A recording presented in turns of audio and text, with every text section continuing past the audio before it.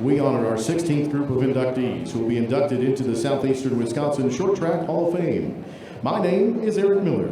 Thank you for attending tonight's induction ceremony. I'll be your host for the evening. We'd like to thank tonight's induction ceremony presenting sponsors, BMRE Golf Carts, Brad Miller, and Wind Access Engineering, David Prunty. Please let's have a round of applause for tonight's sponsors.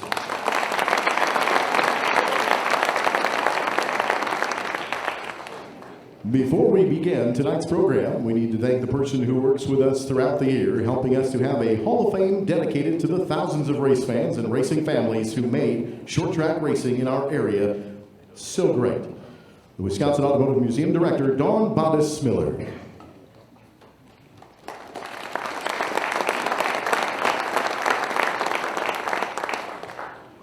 We would also like to recognize the past Hall of Fame inductees who are in attendance this evening. Inductees, we please ask that you stand. Let's have a round of applause for these great short track racing legends.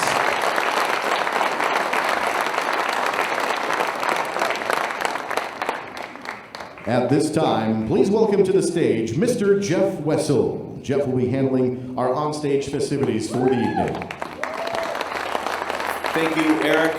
And you hit it on the head right on the opening. This is a very historic night, and it is an honor to be in all of your presence this evening here in Hartford, to see so many past inductees and to be a part of, in moments, the 2022 inductee ceremony. So thank you for the honor, and let's begin this beautiful evening together. How about a great big round of applause for yourselves, all the attendees, and everyone coming tonight. We appreciate it, and thank you for supporting the Southeastern Wisconsin Short Track Hall of Fame and Museum.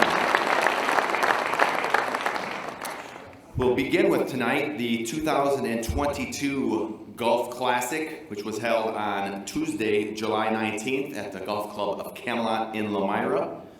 Let's welcome to the stage Dick Melius, our Hall of Fame Board President and Golf Classic Director for the past 11 years. We also call Dick Karth, our Hall of Fame Treasurer, to receive the check for $3,500 that represents the proceeds from this year's event.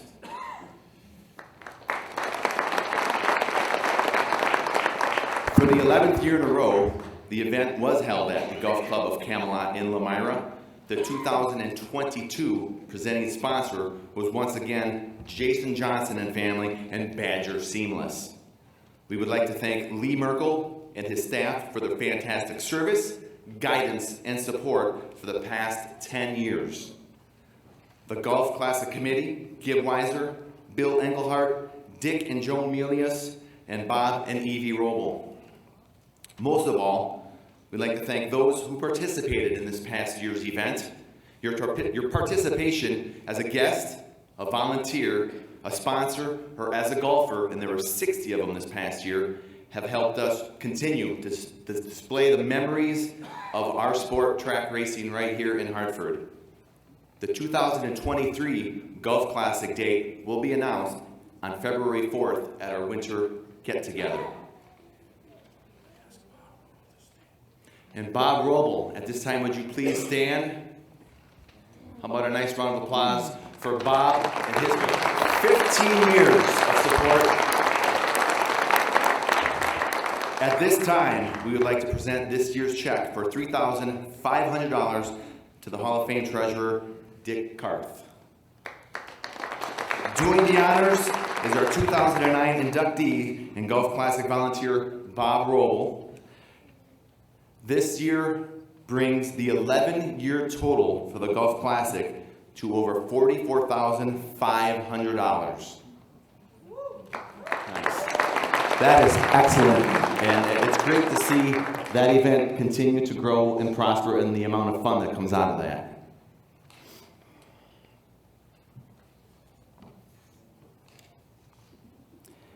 At this time, with Dick Melius still on stage, let's talk about the 2022 Hall of Fame 50-50 program.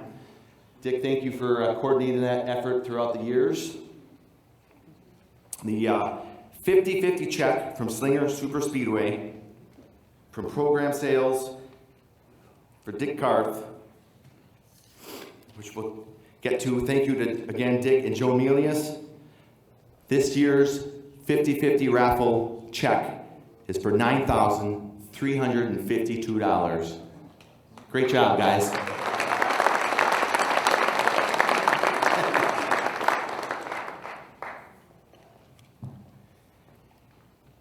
At this time, we'd like to welcome and bring to the stage the FBLA class representatives from Random Lake High School.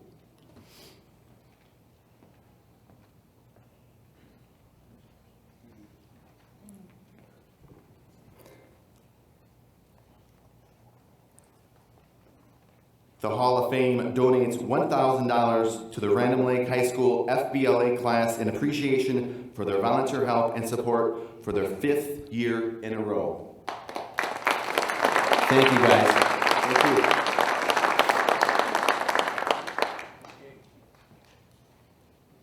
Will the Slinger Gridiron Club and the Slinger Storm Girls Fast Pitch Team representatives please come to the stage at this time?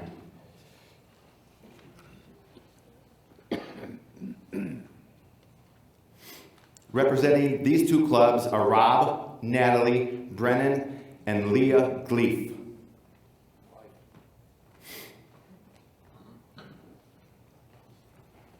The Hall of Fame donates $800 to each team in appreciation for their volunteer help throughout the 2022 season.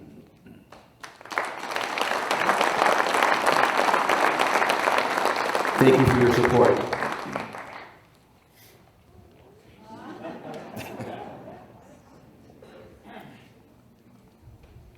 Eric, back to you. Tonight's 5 inductees' careers would fill volumes of books, not just a 9x12 plaque. Some of their legacies reach back to the era of the 1960s and 1970s, as most were born into the sport, and their prominence has continued at a level of excellence into the millennium and beyond. This is their special night. We will now begin the induction ceremony for the Southeastern Wisconsin Short Track Hall of Fame class of 2022. Our first inductee of the evening, Noel Cramer. Noel enjoyed all kinds of racing, starting in 1963 with drag racing, later building engines for circle track racing. He was known as the guy who could tune the engine for the maximum results.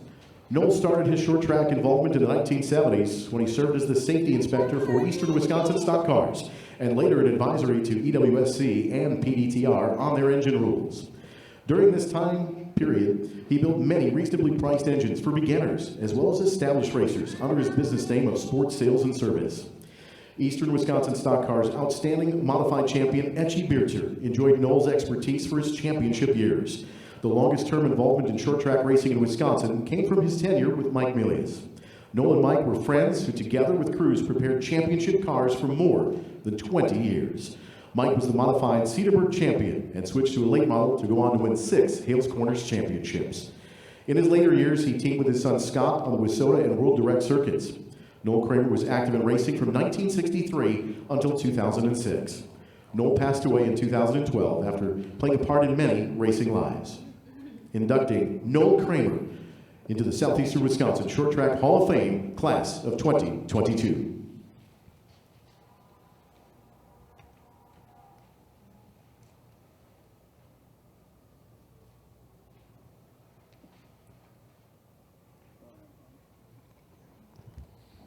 Presenting Noel Cramer, Mike Melius.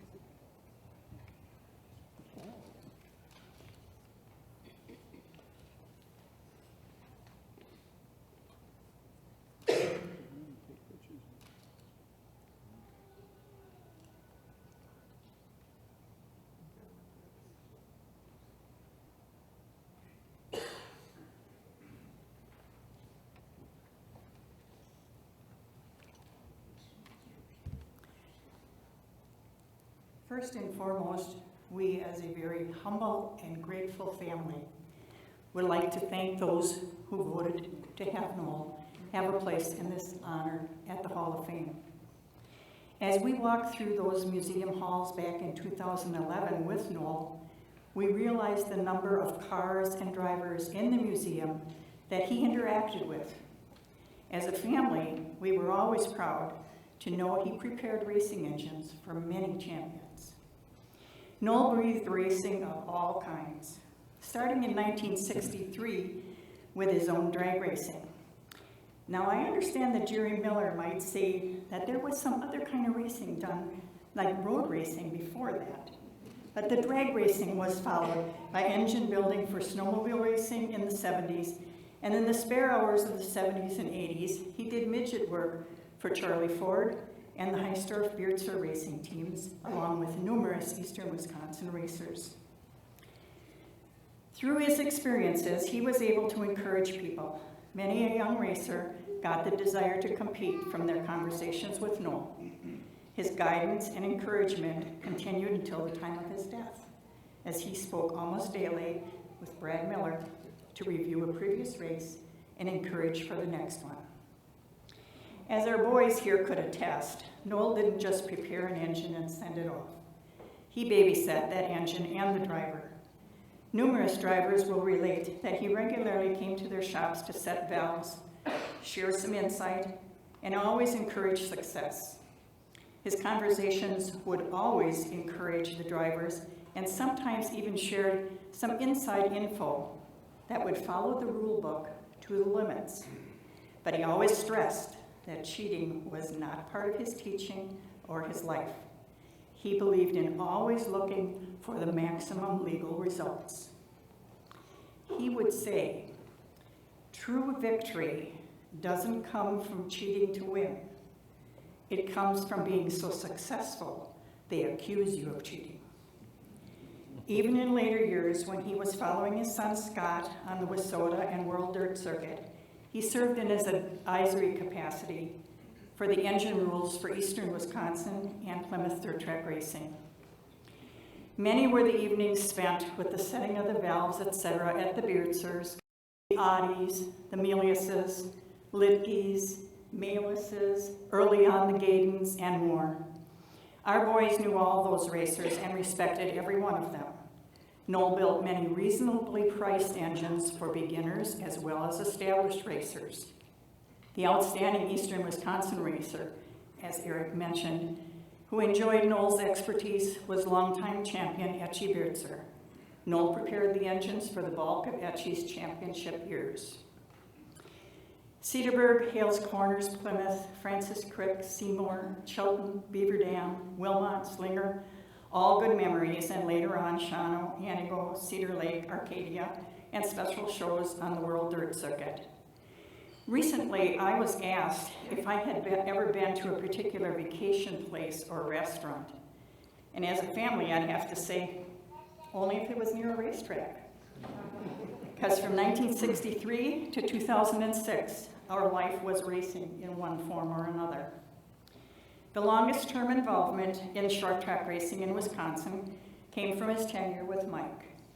Noel and Mike were friends who managed to create some very inexpensive, self-engineered and fabricated modifieds. And you might have to ask Mike a little bit about some of those engineering parts. They built a sportsman or two and then late models, which later, together with full crews and sponsorships, prepared championship cars for more than 20 years. A fond memory was Noel tuning the Pro Power engine in Mike's 97 LPX car when Alan Kowicki had the opportunity to compete at the Slinger Nationals. And speaking of Pro Power, Noel and John Schleber went way back in time, and John did the machining for most of the sport sales and service engines. Noel was always generous with his knowledge and had a soft spot for the underdog. He was especially thrilled when his boys decided to build a car for Plymouth. Well, it was pretty short-lived. It was a scrap chassis powered by a truck engine, and they shared the driving time. but it did pave the way for Noel to do an engine and live his dream in having a race car piloted by his son Scott. Scott's late models were adorned with the graphics designed by his brother Chris, and Chris's work remains as the current logos for Eastern Wisconsin stock cars as well as Plymouth Dirt Track Racing. The highlight for us as a family and for Noel came in 2003 when Mike drove Scott's late model at the closing of the Hales Corners racetrack. No greater thrill than having his racing brother Mike driving his son's car. Racing was always a family thing, and at this time, we need to thank another part of that racing family, Sandy Melius. Sandy helped to coordinate things for tonight, including the slideshow and the memory table. We couldn't have done this without her help. Thank you, Sandy. Noel had a hard time ever saying no to anyone, always willing to help. As our family, we often felt the backlash of that. Late meals, missed events. He had tremendous respect for his elders and truly enjoyed the time he could spend with them to hear their stories and share his own with them. Actually, Noel sometimes had more stories to tell than people had time to listen to. Noel was not financially wealthy, but he was wealthy in many different ways. The drivers who trusted his work, the people who sought his advice, his racing friends, his Saturday morning breakfast group, the local people that he had contact with every day, and the people who are here now to share this honor with us, his family. In the closing months of Noel's life, we were able to get the Speed Channel, and he spent some of his resting time, maybe sometimes sleeping time, in front of the TV for every kind of racing you could imagine, and don't you dare change that channel. I can sum up Noel this way. He had a fierce competitiveness coupled with deep compassion, which made for a unique mix, and he always expected the best from people. We thank you for the honor of allowing his name to be placed in this Hall of Fame. If here, he would humbly be beaming from ear to ear with tears in his eyes, but still wearing that little snickering grin. We miss him every day, and we say thank you for the honor. Thank you very much.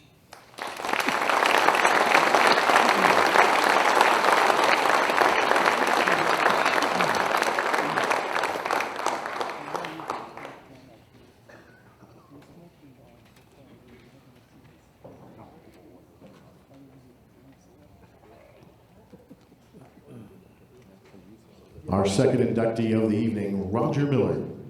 In the summer of 1976, Roger was hired by Eastern Wisconsin Stock Cars at the 141 Speedway as their track announcer. Membership of the club then asked if he would also join the tower announcing at the Sheboygan County Fairgrounds the following year. Thus began a 27-year career at the club as the lead announcer until 1998. Early on, there were 4 guiding principles in the way that he treated fans and racers alike: keeping them informed, keep them entertained, take care of sponsors, and take care of drivers. It was all part of the show. Most well known for his gifting of nicknames, telling stories to the fans, always engaging them to be a part of the show. There was not a grandstand safe from stomping feet and weekly feature polls. Qualifying was a spectacular show nightly with 3 cars on track and the most famous delivery of the words "fast time" echoing throughout the air often. Roger continued to expand his announcing to other tracks such as Manitowoc and Chilton on a weekly basis and added other area speed plants with promoter specials and traveling series. Announcing would take him to legendary places and events, from inside the Mecca Arena with the first 100-lap midget special indoors here in Wisconsin to World of Outlaws and IRA sprint car events throughout the state. Professional series events at Road America, the Milwaukee Mile, Beaver Dam, Wilmot, and Hales Corners among the most common with his announcing partner Mike Babbitts. Wanting to slow down, he came off the road in 1998 and began changing direction, going go-kart racing with his 2 youngest sons, while his oldest followed in his announcing footsteps. By happenstance, during an event he was supposed to announce, they needed a flagman. Roger, always dedicated to keeping the show going, volunteered and began flagging occasionally when asked throughout the 1990s. In 1999, Roger would take on the new role as flagman at the Calumet County Racing Association in Chilton for 3 seasons. This led to becoming the starter and flagman at Manitowoc Speedway, Shawano Speedway, Slinger Speedway, Wisconsin International Raceway, Wilmot, and Plymouth Dirt Track. In addition, Roger held race director roles for Shawano Speedway, Badger Kart Club, and Road America Kart Club at various different times. Inducted into the Southeastern Wisconsin Short Track Hall of Fame, class of 2022, Roger Miller.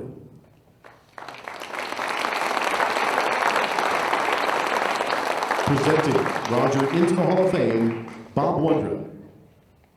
Inducted in 2017.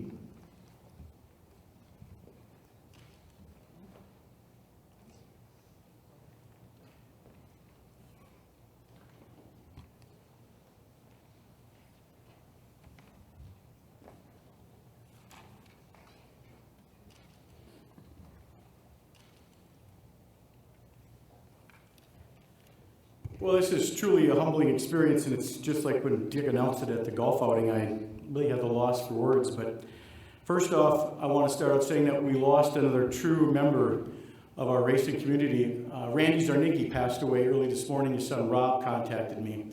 So we want to keep him and his family in thoughts and prayers tonight, as well as our thoughts and prayers with Gib Weiser and his family, as Gib is not doing so good. Gib and Bob were supposed to present me tonight, but Gib is at home resting. So we're going to keep them in our thoughts and prayers as well. First off, I have to thank my wife and family, my 3 sons, Eric, Robbie, and Jerry, for putting up with me during those times that I never was home. I was always doing something. The next person I have to thank is obviously Happy Locke. He took a chance on a snot-load little kid, 16 years old, and sent him up to 141 Speedway to announce the first year. Now, nobody knew me, nobody would talk to me, but there's one guy that used to talk to me, and that was Gib Weiser. Gib Weiser said, what you got to do is you got to get here early. Get here when the pits open at 4 o'clock. Walk around, talk to these people, get to know these people. And I did. I did that all the years that I announced, and it worked well, because after getting to know people, and usually doing something foolish in front of me, they received a nickname. The next person, Gib Weiser taught me that, so that is invaluable. Next person I want to thank is here tonight with his wife, Mike Babbitts. Without Mike Babbitts, I never would have got an opportunity to work IndyCar races at the Milwaukee Mile or the Young Active Americans on Wheels show. I never would have got an opportunity to announce at Road America. That's all on Mike, and he made that happen for me, so I thank Mike for that honor. Also, about 2 years ago, I wouldn't be here tonight. 2 years ago, Bradley J.J. Miller decided to put a Facebook post up and talked about me and giving everybody nicknames. When he first started, he wondered what nickname would I would give him. And he got JJ. For years, nobody questioned that. Finally, one time, Jerry asked me, what's with the JJ? I said, well, it stands for Jerry Jr. Because if you ever watched Brad and Jerry walk away, just like you saw a picture of my older son, Eric, and I, they walk the same, they talk the same, and they BS the same. So that's how JJ got his nickname. But thank you, JJ. Without you and your posting, I would not be up here tonight. And I'm surely and positively aware of that. Next, I want to thank Joe and my older son, Eric. Joe nominated me with the help of Eric and got information and got me denomination papers to the staff here at the museum. And without them, I wouldn't be up here either. Also want to thank everybody for voting for me. It is quite an honor. And I better quit because I know that I saw Dick's pastor come in and he had a shepherd's hook. Dick said I only had 6 minutes. So God bless you and thank you very much. Good night, everybody.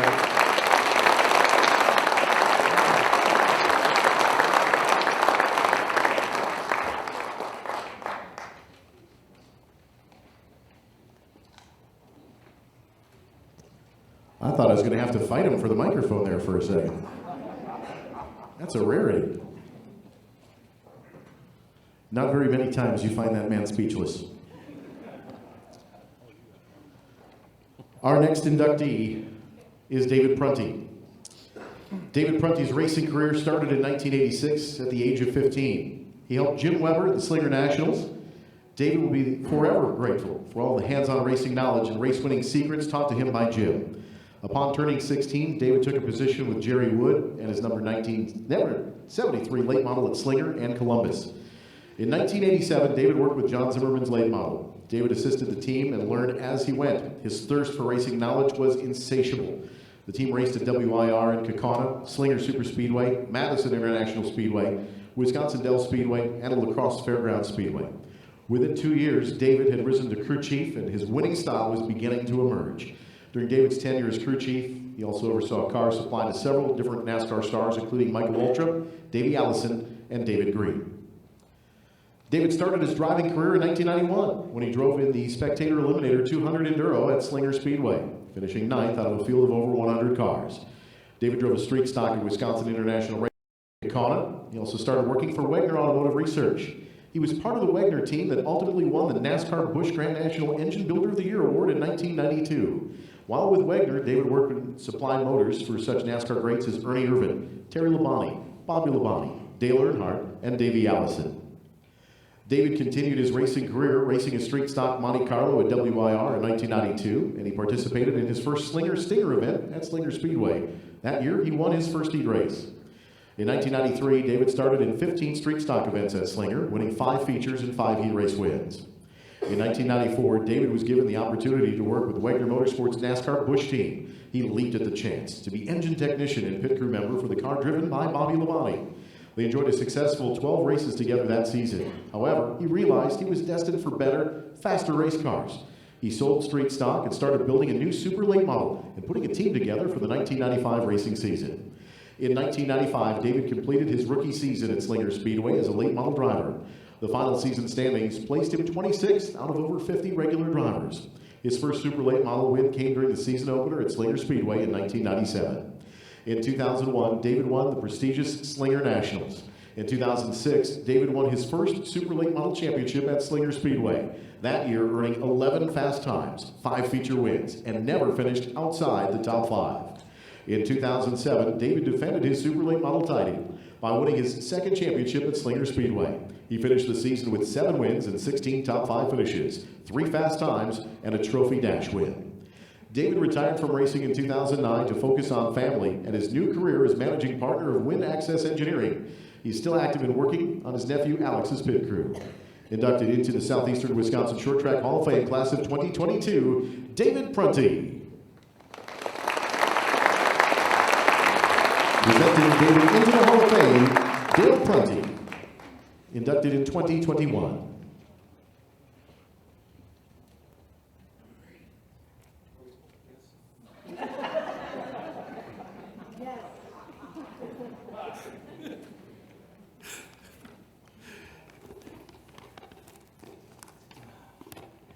Thank you, Dale. And, congratulations. Your first choice. All right. Congratulations to Noel, Roger, Steve, and Terry on your inductions. I grew up watching the races at Slinger Speedway. Willie Gaydon, Alan Kowicki, Tony Straub, Al Shield, Conrad Morgan, Richie Bickle, Johnny Ziegler, and Robbie Reiser. They were my heroes growing up. I won the Slinger Nationals, I won 2 super late championships, and I've never stopped idolizing them, and I still don't feel like I belong on the same stage that they have been on. I was probably racing 10 years and winning multiple races every year, qualifying always in the fast dash. And I was at the awards banquet standing behind Lowell Bennett and Brad Miller, and I remember thinking, boy, I'm just a street stock racer. I really don't belong up here with my idols. Then one day, shortly before the Nationals, Willie Gaynor came out to our shop. He came out to help me with the tire bill, and while he was there, he started telling us all the stories of him racing and of them building their cars. I don't think I realized it then, but that was when I finally realized I did earn my way to become a late model driver, and this was not just a fluke. So let me tell you my story. Well, let's start at the beginning. At the age of 2, my parents moved. My parents moved out of Milwaukee to a small little hobby farm in Allenton. With 7 kids, we did not have a lot of money. But what we did have was we had a garage, a torch, a welder, and no adult supervision. Some of my fondest memories are when my older brother Daniel would take old VW Beetles and cut them up and turn them into dune buggies. Dusty, he would bring home old vintage muscle cars, and then he switched to monster trucks. Dennis and I, and of course Dale, we would go to the town dump and we would get wagon wheels and 2x4s and we'd start building wooden go-karts. We'd drag those go-karts up the big hill and crash them all the way down and rebuild them and do it over and over again. And I'm surprised we survived with only a few bruises and scrapes, but I think that's where we learned the thrill of competition.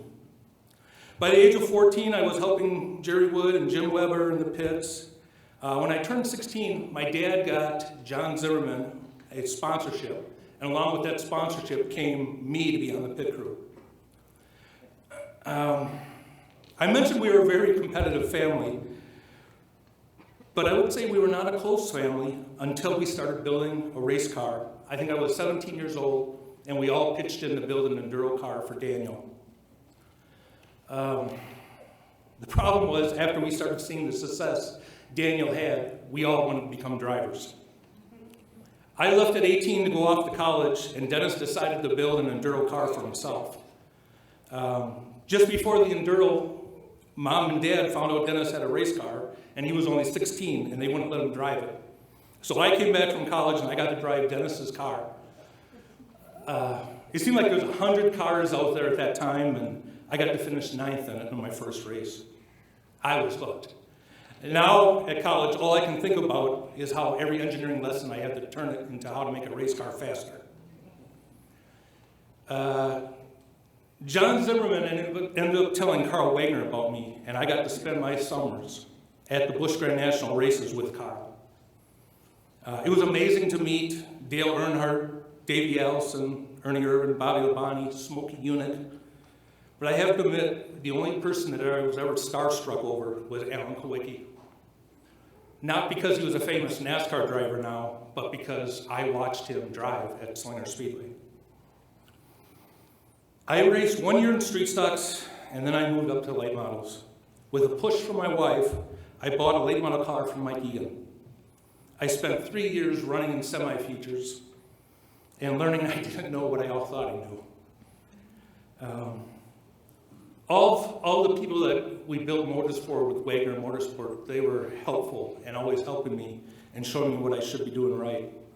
In 1997, we built a new Prunty Performance left-hander car. Our secret weapon at the Prunty Performance shop is really our oldest brother, Daniel.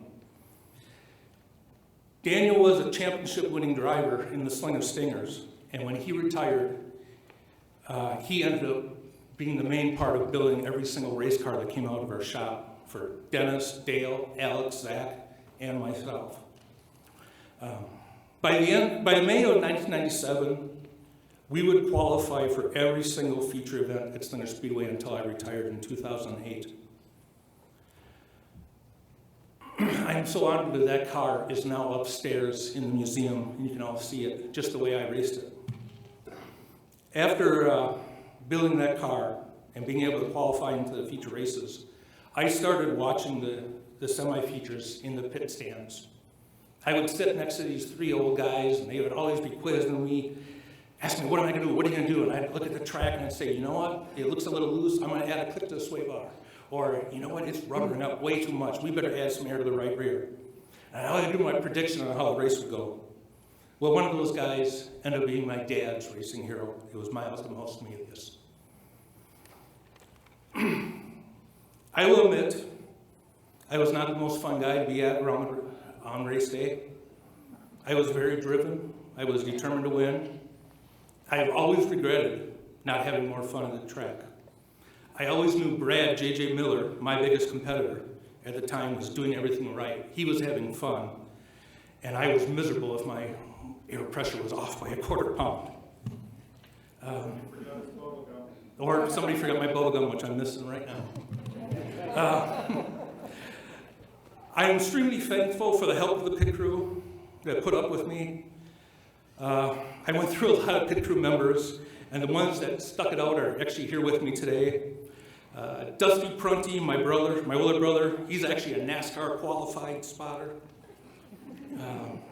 Brian Ailhoffen, Uncle Bob Gutenkoos, Joe Hallwig, Brian Heineman, Alex Prunty, Matt Prunty, Zach Prunty. Why don't you guys stand up? I couldn't be here without you. Please, come on.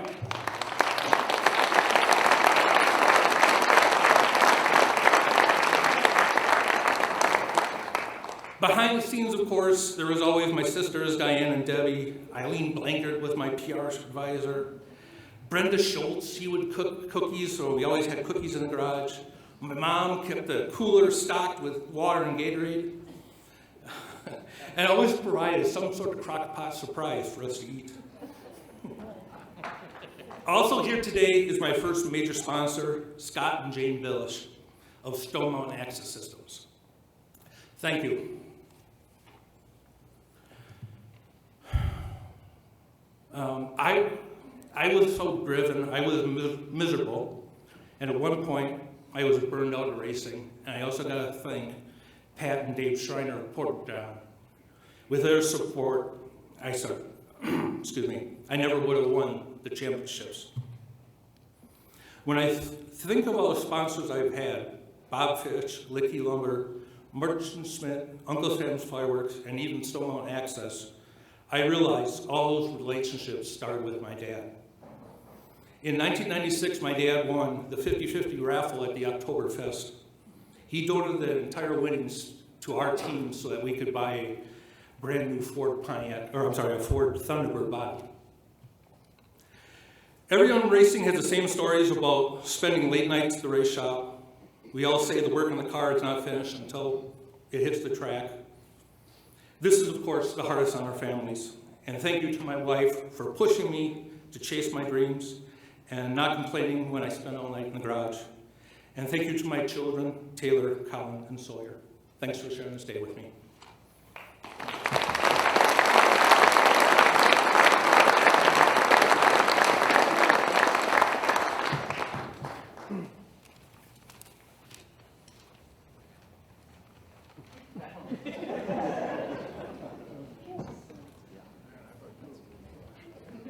Our next inductee is Steve Sinclair.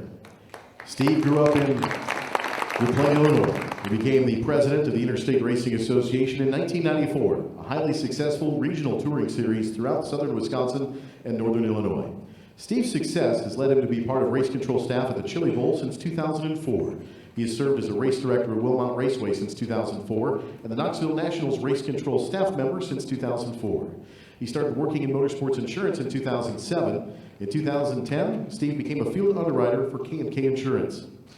Steve has achieved numerous accomplishments throughout this career, including inaugural recipient of Rick Schmidt's Memorial IRA Member of the Year in 1996, World of Outlaws Promoter Appreciation Award with SLS in 2005, the inaugural World of Outlaws Ted Johnson Award winner for outstanding contribution in 2006, three-time North American Sprint Pole 410 Promoter of the Year in 2002, 2006, and 2009.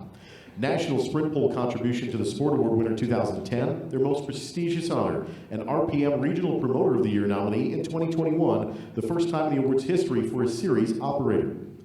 He co-founded Tri-R Promotions with Larry Hillerud and Scott Cowan in 1997. In 2002, he founded SLS Promotion with Scott Boyd and Larry Hillerud. Along with Joe Rowe, Steve co-founded the Wisconsin Wingless Sprint Series in 2015 and served as an original executive member of the Sprint Car Council in 2018. He has promoted Wisconsin's highest paying to win sprint car event in history, $26,000 at Plymouth in 2019. Inducted into the Southeastern Wisconsin Short Track Hall of Fame, the class of 2022, Steve Sinclair. Presented by Joe Rowe, who was inducted in 2014.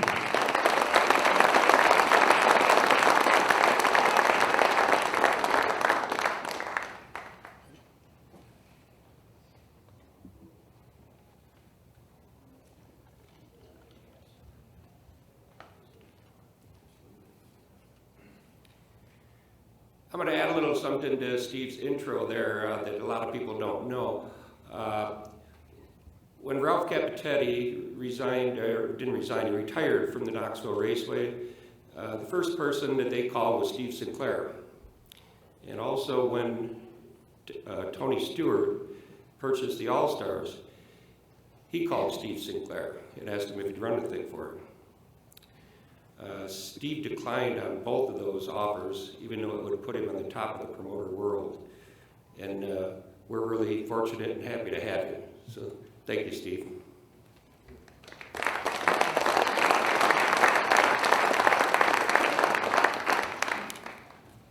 Well, you've heard a lot of good speakers so far. That's about to change. So bear with me here. I got trying to jam 30 years in a couple minutes, and I'm all hodgepodge here with my notes, and gotta put my little cheater glasses on and do the best we can here. It's an honor and a privilege to be here tonight.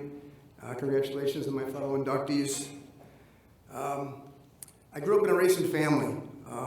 My dad was a engine builder. We maintained various different types of race cars in our garage. So I grew up well diverse in motorsports, and some of my fondest memories, were first of all, my parents always took us to the races. We always went with, and somehow my dad got me in the pit area.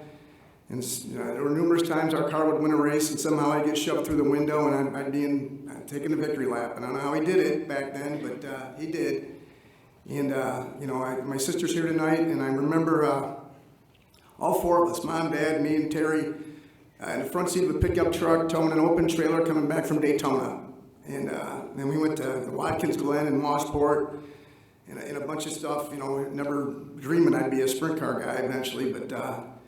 We did the Trans Am series in its heyday from '69 to '72, and I'm not mechanical. I'm pathetic. You give me a wrench, I'm not even sure which way to turn it. I admit it. My wife does most of the work at home on this stuff, and I'm pathetic. I think my dad had me cleaning parts all the time, and I hated it. So the first chance I got to do something different, I was doing it. But I always loved going to the track, and so what I found interesting in my Trans Am days is the entry form. So I was always studying the entry form, and eventually I was the guy filling it out. A 10-year-old kid, I'm filling out the entry form for a Trans Am car. And I started studying the purses and how it all worked, and it went from there. And I'm also a historian of the sport. Back when the National Speed Sport News was a big deal, I would read that thing cover to cover. I knew every racer in every part of the country. And I think it actually helped me eventually. Eventually my dad would start working on midget motors in mid-'70s through the mid-'80s, and we got hooked up with a guy, Racy Brucefield, Lockport, Illinois. He's here tonight with his wife Linda, and we would spend, I would go everywhere with them. We would go from, he'd race both pavement and dirt, so we raced the mile at Phoenix. Believe it or not, we raced at Pocono. They had a track, a 5/8 mile pavement track inside of Pocono, Belleville, Kansas, to Flemington, New Jersey, and everywhere in between. And I would just wear them out asking questions, because they ran with numerous sanctioning bodies, and I never understood why one group inverted this many and this one didn't invert any, and why some qualified, some didn't. And I would just wear them out with questions, and I was just taking it all in. And eventually my dad started building sprint car motors locally here, and Frank Filsco was one of the guys. And it was a similar deal. We would run numerous sanctions, anywhere from Wilmot to Knoxville, IRA stuff, All-Star stuff, World of Outlaw stuff, same thing. Every sanction was just a little different. And I was always just trying to find out how it all worked. And I always wanted to somehow make it in motorsports. I didn't know what my career path would be, but I tried the writing thing. I was a columnist for Midwest Racing News, a North Carolina-based sprint car for a while. And admittedly was quite opinionated on some of my subjects. And following the 1992 IRA banquet, a bunch of racers and car owners kind of cornered me, and I didn't know what they were going to do, beat the hell out of me, or I didn't know what was happening. And lo and behold, they wanted me to become IRA president, and 30 years later, here we are. It's been quite the road. We went from a one-track deal primarily at Wilmot to IRA's been at 9 states, and I'm working on a 10th right now. So it's pretty amazing that we could convince everybody to join that path, but they've done it. I was always big attending other events, going to big events outside the area, and trying to learn. I had a tremendous passion to learn, trying to establish relationships with other people in the industry, and then incorporate what I learned into what fits IRA. IRA is pretty much a blue-collar deal. Not everything the World of Outlaws does, fits us, but try to find what did. And, we made some mistakes on the way. We tripped a few times, but all in all, I'm really proud of what we accomplished. Early on, I found it important. We'd show up at a racetrack and, rely on their staffs to do the thing, and after a while, I realized that didn't work. We had to have our own. And some early hires were eventual Hall of Famers Dick Witt and Gil Radke. Dick was a hell of a flag man. He brought a lot of respect to the deal, and I think IRA set the tone in safety, having Gil and his staff for years and years, and then eventually Lee Smith took that on, and I'm very proud of our safety record with IRA. That's a big part of the deal.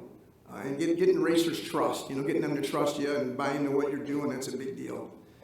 And from going to those big events and trying to learn, I never envisioned that, years later, I'd be the guy, in some cases, in charge of the Knoxville Nationals and the Chili Bowl. I got the radio, I'm on the receiver, and I'm a button click away from potentially changing history. Do you go yellow? Do you not go yellow? This guy's slowing on the back chute, what do you do? And the pressure, when these guys are running for $100 grand to win, and everybody's watching on TV and stuff, it's I'll tell you what, it's no question why I got a weak ticker right now, I'll tell you. Page 2, bear with me. With IRA too, what's pretty cool over the years is the biggest names in our sport, in sprint car racing, have raced with us at one time or another, whether it's Craig Kinzer, he's taken his first green flag at 14 in a sprint car, or Casey Kane or Kyle Larson's won a race. It's just amazing to me, all the people that have raced with us. Again, we're a blue collar deal. We got these guys that do it for a living coming in, but somehow we mix it all and make it all work.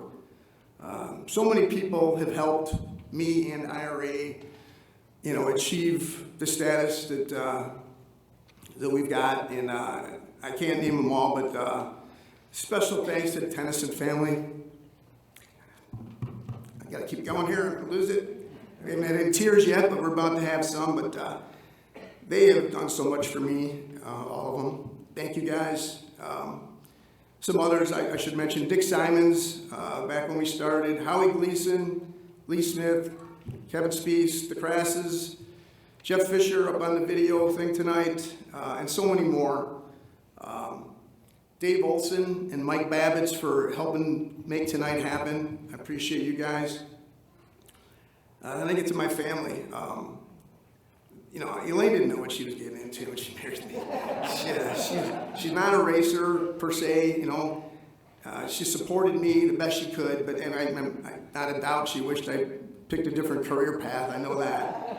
There's been a lot of things she's done on her own, and raised 2 great kids, and they've done their own career path too. They're not racers either, but they're successful. They're doing what they love to do, and that's what it's all about.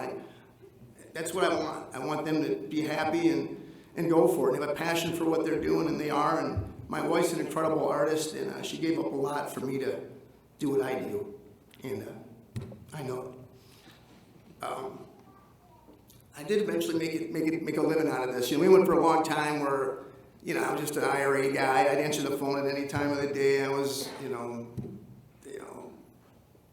my mind wasn't at home half the time, but eventually did make it to the point we made a living at this. And I worked for SLS Promotions. It was myself, Larry Hillerud, and Scott Boyd, and we promoted over 50 World of Outlaw races when I was with them all across the country.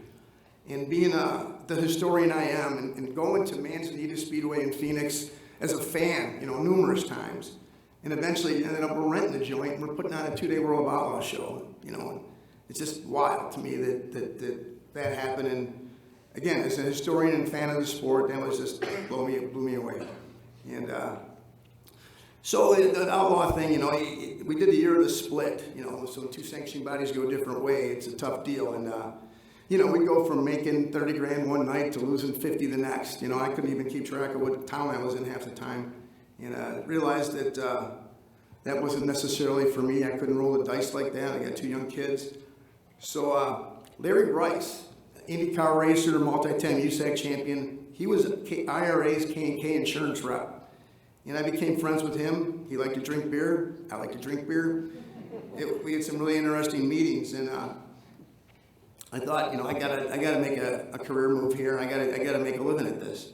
So I just went to the RPM workshops in Reno, Nevada. I think it was 2007. And I just went to every insurance company there and said, "You guys don't know me? What do you guys know about racing?" Most of them didn't know anything. I got a job. And a couple of years later, when Larry Rice got sick, he recommended me to K&K, and lo and behold, I'm the underwriter for 7 states, and 95% of Wisconsin tracks are K&K tracks under me. That's pretty cool. Make a living at this, I never would have dreamed. I've got to witness numerous talented drivers, and I'm so impressed. I've never turned a lap in one of these things. And to sit back and watch the skill level I've seen in these 30 years is unbelievable. 9-time champ Joe Rowe, one of the best I've ever seen, and man, I so much want him to be in the National Sprint Car Hall of Fame. He deserves it. But getting in as a regional guy is a pretty tough deal, pretty tough. Several other Hall of Famers, Bob Roble, Gib Weiser, Darrell Dodd, Donnie Gaden, Dave Molis, Mike Frost, and Tim Cox all spent a big part of their career racing with IRA, and I got to see a lot of laps, and I'm greatly appreciative. Bill Baylog and what he's done in the last 15 years, won like 130 some races or something with us. Incredible. It's been a privilege to watch that. And the one I really want to bring up is, I think I've accomplished a fair amount in regards to just longevity. I think with 30 races a year on the IRA schedule for 30 years, it's 900 races. I've missed 2. The first one was when our oldest son was born in 1996. Missed that one. IRA All-Star co-sanctioned race. I think I spent more time in the phone booth than I did paying attention to what was going on. But and then a couple of years ago, I was in a crash house after having a grabber, and that's the 2 I missed. And with Scotty Neitzel has been racing with me since we started with IRA. And I think he's only missed 3 races. Truck broke down one time. He was sick another time, couldn't make it, and I think I kicked him out another time where he couldn't go. But he's a true Iron Man, and he's got my utmost respect. In closing, what's most important to me throughout this whole journey has been the friendships I've been able to make. And from coast to coast. Hell, I was just in Charlotte the last 3 days, and I went by myself, and I walk in that pit area, I'm there 30 seconds, and there's people from all over the country I know, and we're hanging out and having a good time and telling stories and still learning. I was at a meeting at Stuart Haas yesterday, just putting schedules together for next year with the All-Stars. And it's just incredible to me, all the people that I looked up to so much in the past that are now, they're friends. It just blows me away. And 3 quick little stories. In 1996, I get a phone call. It's the morning of the IRA banquet, and it's Chrissy Kanamaki calling me, and we're talking. He goes, "Hey, I'd like to come to your banquet." And I'm thinking, well, it's tonight. Where are you? In New Jersey. Lo and behold, Chrissy Kanamaki's at the banquet. It's unbelievable. Joe was our champion that year. I think you said, row, row, row your boat to you, I think. And it was just unbelievable. And then, Kenny Schrader was at his, I insured his track in Missouri, and I was over at his shop in Missouri, where he's got his race shop, and he's got some personal stuff, and he was very eager to pop a Budweiser and show me the Eastern Wisconsin Modified. I think it's a Pogo built car that he drove somewhere, Hales Corners or Plymouth, that he purchased, and he's got. It's in his little museum, and that was pretty cool. And then this March, sitting around watching TV with my wife. I'm trying to get better at not answering the phone all the time, but the cell phone's ringing. I look down, it says Smoke. I call Tony Stewart. We can call him Smoke. So I see Smoke. I pick it up, and he's asking me. He just fired his promoter at Eldora, and he's asking me my opinion. First, I thought he was asking me, then I realized he was smarter than that. But he's asking my opinion as to a short list I could create for him as to who he should hire at Eldora, and I'll be damned if he didn't pick one of them. And that's just kind of stuff that's just amazing to me, how things have. Everybody I've met and the cool things I've had a chance to do, and I could go on and on and on forever. But Wisconsin is a great racing state, and I've had the privilege to cross the cheddar curtain, I call it, every weekend and become an honorary cheesehead, and I'm so grateful. Thank you all so very much.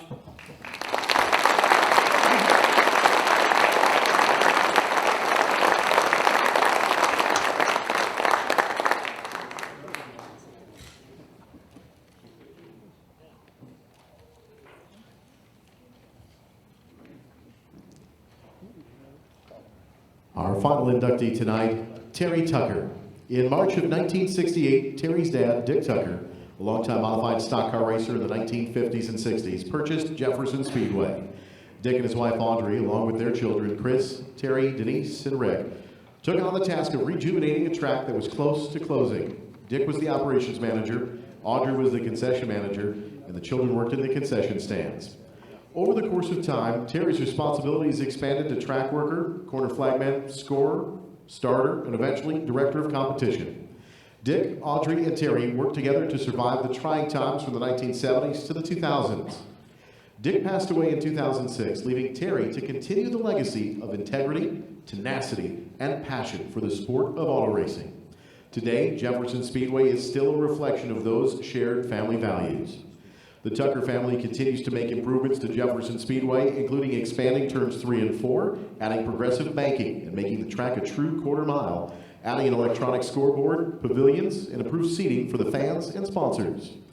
In 1981, Jefferson Speedway added the popular fall program, the Wisconsin State Championships. The Tucker family has dedicated a great deal of time and energy to managing the rules in each of the track's divisions. The goal, to maintain a fair and affordable racing venue for both race teams and fans. Terry Tucker humbly accepts this award on behalf of the countless individuals who have helped to make Jefferson Speedway the special place that it is today. God willing, this will continue for many years into the future. Inducted into the Southeastern Wisconsin Short Track Hall of Fame Class of 2022, Terry Tucker, being presented by Greg McCarnes, whose dad John was inducted in 2018.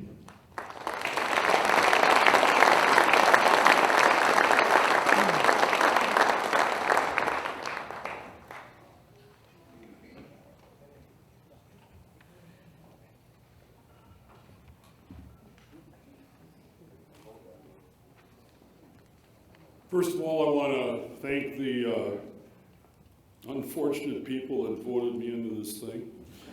I also want to thank Mr. Dick Milius for putting up with my sarcastic sense of humor and somewhat obstinate point of view. All right? Thank you much. You know, a funny thing happened on my way to my adulthood. My family bought a racetrack. You know, I had dreams of, being a Eagle Scout and possibly a pilot, and all of a sudden we're having this little meeting on our Davenport, and my dad announces that he had purchased a racetrack. And it was interesting because two of the people sitting on that Davenport are in the audience. I would like Denise and Chris to stand up. These are my sisters. This is Chris Bishopberger. And Denise wearing white in here. Oh, hi there, Denise. Anyway, so here's how this all played out. My dad comes in, says, we all bought a racetrack. Of course, race cars? Hey, that's cool. So I was in favor of it. My younger brother Rick didn't really know what we were talking about at the time. Denise was a little aware of what racing was, and Chris was heartbroken.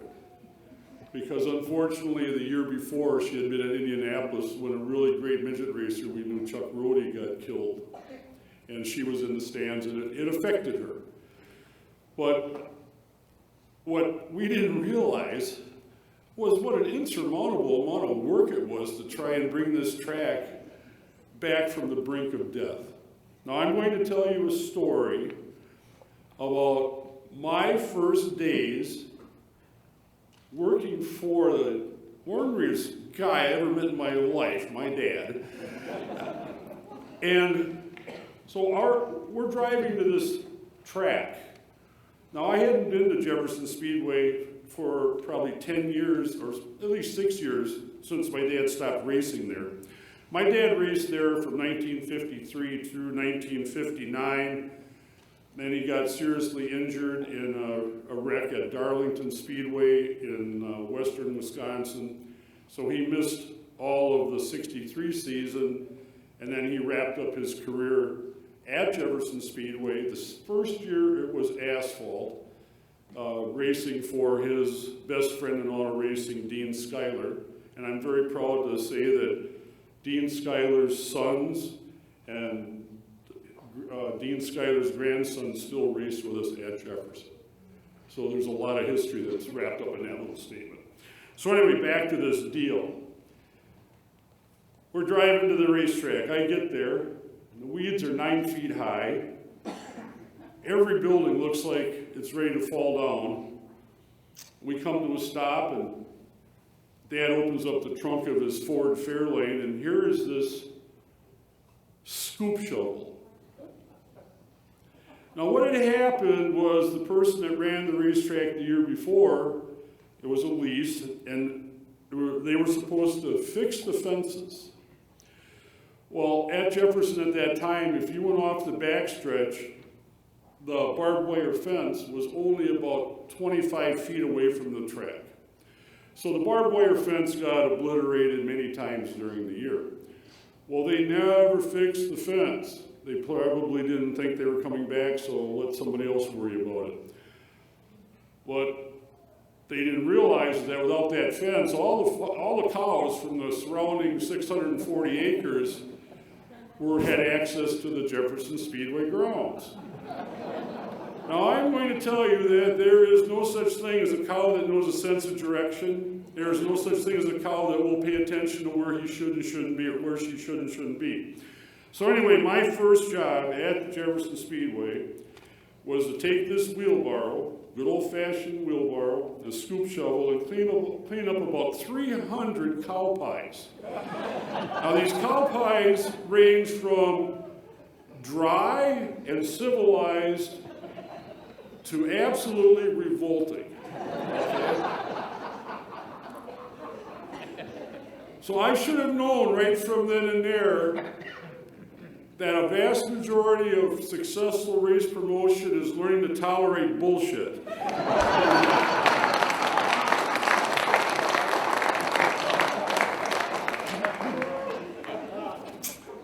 Now, I also want to say, Mr. Melius, you told me I had 6 minutes, right? Plus or minus about, what, 3-4 times. I mean, I was listening to these guys. Anyway, I want to move on to some really important things, right? I have been blessed. I have been blessed with knowing an exceptional number of exceedingly good people over my time, all right? When my dad bought the track in 1968, some of the people that helped him, like some of the names you might remember, Hal Woods, he ran the Beaver Dam Speedway for many years back in the 60s and 70s. Dave and Joanne Rodiger, institutions in our area for tech inspecting and race organization and scoring. And I'm a man that had more influence on my dad than most people realize. His name was Bob Schmelzer, and he had a lot of experience in race directing, prior to this time. And then we go on a little further in time. I was very pleased and very happy to work with people like Stan Otis. Todd Otis was a racer. Stan was his dad. He was our starter.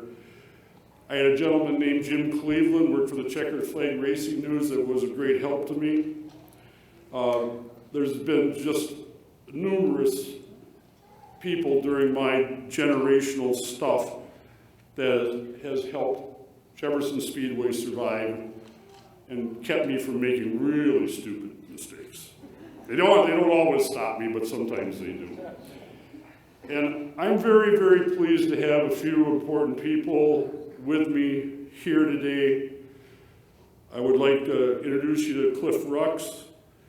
He's got the job of Director of Competition at Jefferson Speedway. I want to introduce you to Scotty Haft. He is the new flagman at Jefferson Speedway. I want to introduce you to Bill Sweeney, who is there's no way that Jefferson Speedway would be what it is today without his help over the last 20 years. I want to introduce you to Nicole Schultz, who does a lot of scoring work, also some internet stuff. And of course, I don't know where you hid now. I am blessed with one of the most humorous but annoying announcers in the history of racing, Randy Kamenek. The thing is, you can never anticipate what this guy is going to come up with. And I know he's been dropped on his head numerous times, but he still bounces well. And I just have to say to you people, thank you for your support. Thank you for your patience. And don't be afraid to tell me I'm wrong. Yes, if you need that, right? Okay, don't be afraid. And then I want to introduce you to the person that has the biggest responsibility and has the greatest sense of humor of anyone I've ever met. Sindra, stand up for a second. This person here has to put up with my ups, downs, and sideways 24/7. And she is a saint, but she also has a pit bull's point of view at times. So, all right.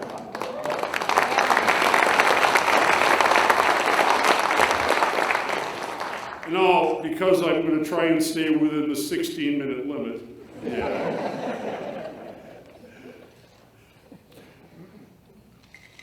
I want to be the first person to say that I haven't always been the nicest guy to get along with. All right? Hey, shush. Hey, but I am going to say this. I have some very serious points of view, about racing. The most important thing in my book, whether it's a race promoter, a tech inspector, or a racer, is the passion to do the job properly. Passion for the sport, and if you're in the job of trying to keep a racetrack operating properly, you have to accept nothing less than total fairness. You have to be totally accountable, because everything that goes wrong at that facility is your responsibility. You have to spend time to develop a team that functions properly, not just technically, but personality-wise. And you are never going to get better if you accept less than perfection. Now, it sounds like a real cliche, but the point is that if you think it's good enough, eventually it'll come back and bite you. Learn from your mistakes. I've made every mistake at least twice, so I'm a hypocrite when I say that. So try to learn from your mistakes and try and do better later on.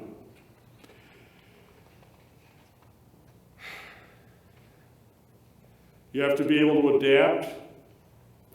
Some days you have to accept things that grate on your soul because times have changed. I'm an old school guy. In my day, 16th in time started on the pole of the feature, and now if you start somebody 5 rows back in a feature, they think they're getting shafted. Okay? I mean, we used to have a deal where, you know, sometimes a little contact happens in racing, right? Well, now every time 2 cars come together, it's somebody's fault. No, it's not somebody's fault. It's called racing. Not everything goes exactly as planned. And the idea of pointing a finger at somebody just because you're unhappy does not make you right. And I want to know, or you also need not to lose your sense of humor. Because every now and then something will go so totally wrong that the only way that you can get over it is to laugh about it. I know that sounds peculiar, but you know, every now and then you just have to look at yourself and say, how in the hell did I screw that deal up that bad? And learn from it. And now the last thing I'm going to say, because I'm almost out of my 16 minutes, all right, is that I want to go on record as saying the state of Wisconsin is blessed with excellent racers, blessed with really decent racetracks. But I am exceedingly encouraged by the fact that we have a good number of really young promoters that seem to know their stuff pretty well. Greg McCarnes, Todd Thielen, obviously Steve Sinclair, Jerry Albee at the Dells. I mean, look at the job that the Van Doliks have done at WIR. I mean, the state of Wisconsin has probably got the strongest cadre of young promoters in the whole United States. And hopefully we can keep them in the business long enough that they'll be able to make fun of themselves like I just did. Thank you very much. I'm sorry I bored you.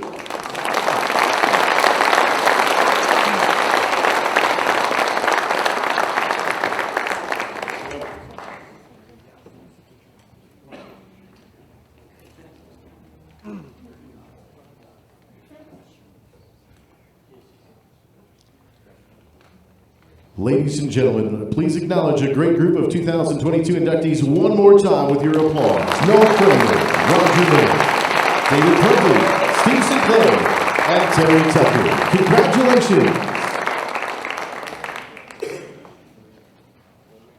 It is now time for the Dedication to Motorsports Award, sponsored by John and Sandy Ziegler. It all began on a small quarter-mile dirt track in Oregon, Wisconsin in the early 1960s. It's where Bruce B.T. Wilburn began his racing career and continued competing for about 10 years into the early 1970s. When Bobby was about 8 years old, he began racing go-karts in the late 1970s and early 1980s. He went to his first stock car race when he was 7 years old as a birthday gift. He heard his dad was always talking about this guy in the number 99 Trickle car. After the races, he and his dad went into the pits and asked if he could sit in Dick Trickle's car. Of course, he did. He must have been pretty good, and Bobby must have had a pretty good crew chief in his dad. Together, they won the WKA Nationals in 1981. When he began racing cars in 1984, his dad said, "We need to learn how to repair and fix them so that we can afford to keep on racing." So BT and Bobby started to build their own race cars and began building, fixing, and repairing chassis for many other drivers. And so it began, and now some 50 years later, it continues. And of course, you must throw in a little bit of racing in these past 50 years. 10-time track champion, more than 150 feature wins. They built their own cars and repaired chassis from 1984 and until 1997. Bobby went to work at Left-Hander building modifieds and Camaro stub race cars. Bobby's dad, VT, started racing again in 1988 and continued it until 2004. And although Bobby's dad and mom are no longer with us today, their dedication to motorsports lives on in the memories of many of us. So who did Bobby get to meet when he was just a kid, thanks to his dad? Well, we might have heard some of them, like Trickle, Ziegler, Refner, Reiser, Scheer, Sauter, Bickle, Kenseth, Morgan, Musgrave, and many more. Most of them Hall of Fame inductees. His racing career, his racing coaching career, his chassis building career took him to tracks all over the Midwest, including Slinger, Lake Geneva, Madison, Rockford, Columbus, Milwaukee, Wausau, Wisconsin Dells, La Crosse, Grundy, Elko, Shakopee, Cedar Rapids, Toledo, and many more. Bobby, his wife Terry, and their son Zach reside in Beloit, Wisconsin. So what is the Wilburn family up to nowadays? Well, Bobby still works at Left-Hander. He's still a much sought-after mentor to many up-and-coming young drivers. He still competes whenever possible, along with the support and help from his family. He continuously is asked to spot for many events. The Wilburn family dedication began with Bruce BT competing more than 60 years ago. Then BT repairing and building go-karts and race cars, not only for his son, but for their competitors. At the same time, teaching these skills to his son, who continues that path today.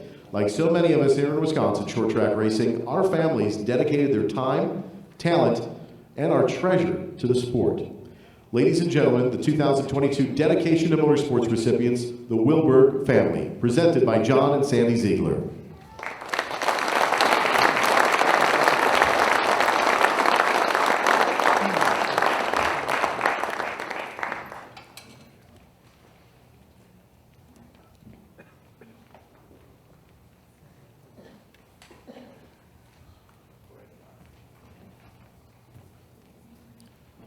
Hi, Sandy and John Ziegler, and I want to thank my daughter Brandy and granddaughter Stevie, who filled in for me the last time I couldn't make it here.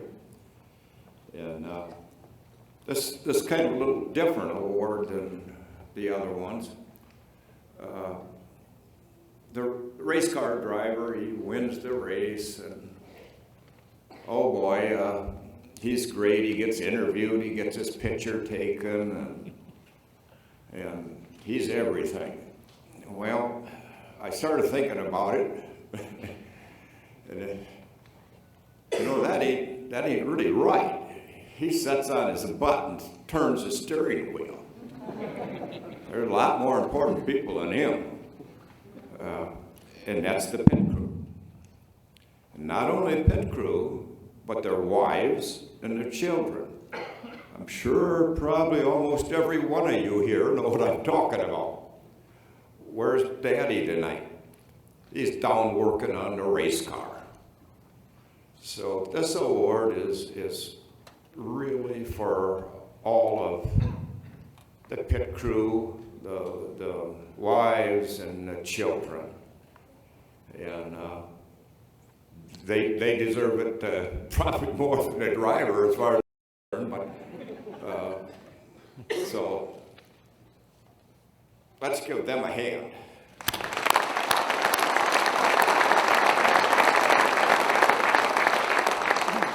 And I'd also like to thank Dick Milius and the rest of the crew with him that get this thing together every year and put it on, because it's really great. You know, we're coming off the flu and that, and we'll be back to where we were some years ago, where the place is full. And if you get a chance, and it's hard going right now, become a member. It don't cost much. Just get a hold of Dick or any of the guys and just keep this thing going. This is a wonderful thing. So we got here. Okay, we got the family here. We got Bob's wife, Terry, his son Zach, and sister Brenda. So they're going to receive the award, but it's for just the people that I mentioned, and that's what they are also. And my wife can tell you, and my daughter and my granddaughter can tell you the same thing. You know, where's Daddy tonight? Well, he's gone again, you know, or he's gone racing. So we got Bobby up here because he's been doing it for 38 years. And when he gets blind and he can't hear, then he'll get his award into the hall also. And where's his pit crew? Can you guys stand up? And your wives. Just stand up. Thank you. So that's what this is for. And Bobby will, man, with a record like his, he'll be inducted in here pretty soon too. And he's, you know, built race cars. He's done everything. So that's what this is, and thank you very much. And Bobby, you want to say something? It's been pretty quiet up here tonight so far. But anyways, I mean, how cool is this? I mean, this is really cool, the whole Hall of Fame deal. For me, I mean, my dad had to stop racing because I was born. So he quit racing, and he started back up after we were born, after I was born, and then we went to the racetrack in the 70s. And I mean, I got to watch Dick Trickle, John Ziegler, Joe Shear, Tom Refner, all the great guys in the history of Wisconsin racing. And I mean, how cool is this? One of the guys that I idolized nominated me for this, or got me into this. I can only say, you know, thank you to the Ziegler family. I mean, it's unreal. Thanks, John.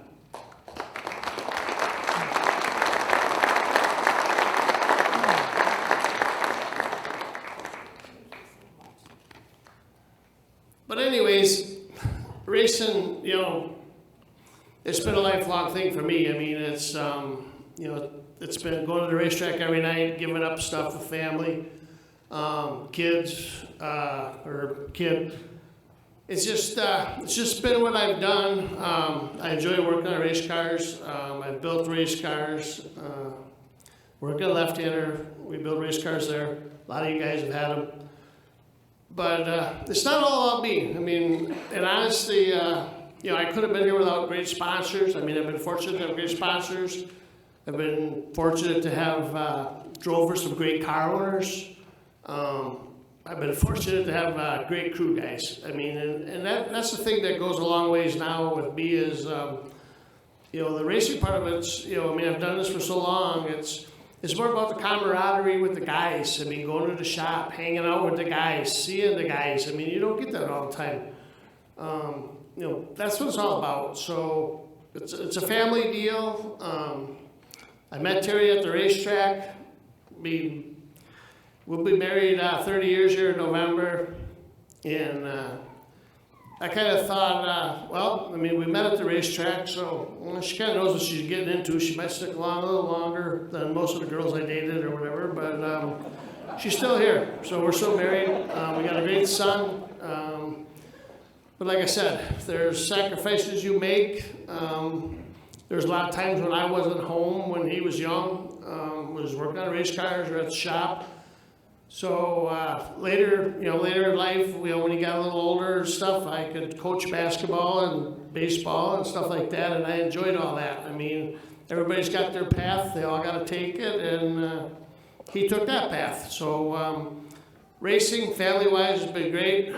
You know, my whole family, my nephews help on it. My sister, she's down at the shop all the time, and it's just been great. Like I said, I never expected to win one race, let alone one championship, and just to see the people that I've seen racing. I mean, it's unreal. I mean, and to like I said, to be with John, I mean, it's unreal. I got to spend time with Dick Trickle. I got to spend time with Joe Shear.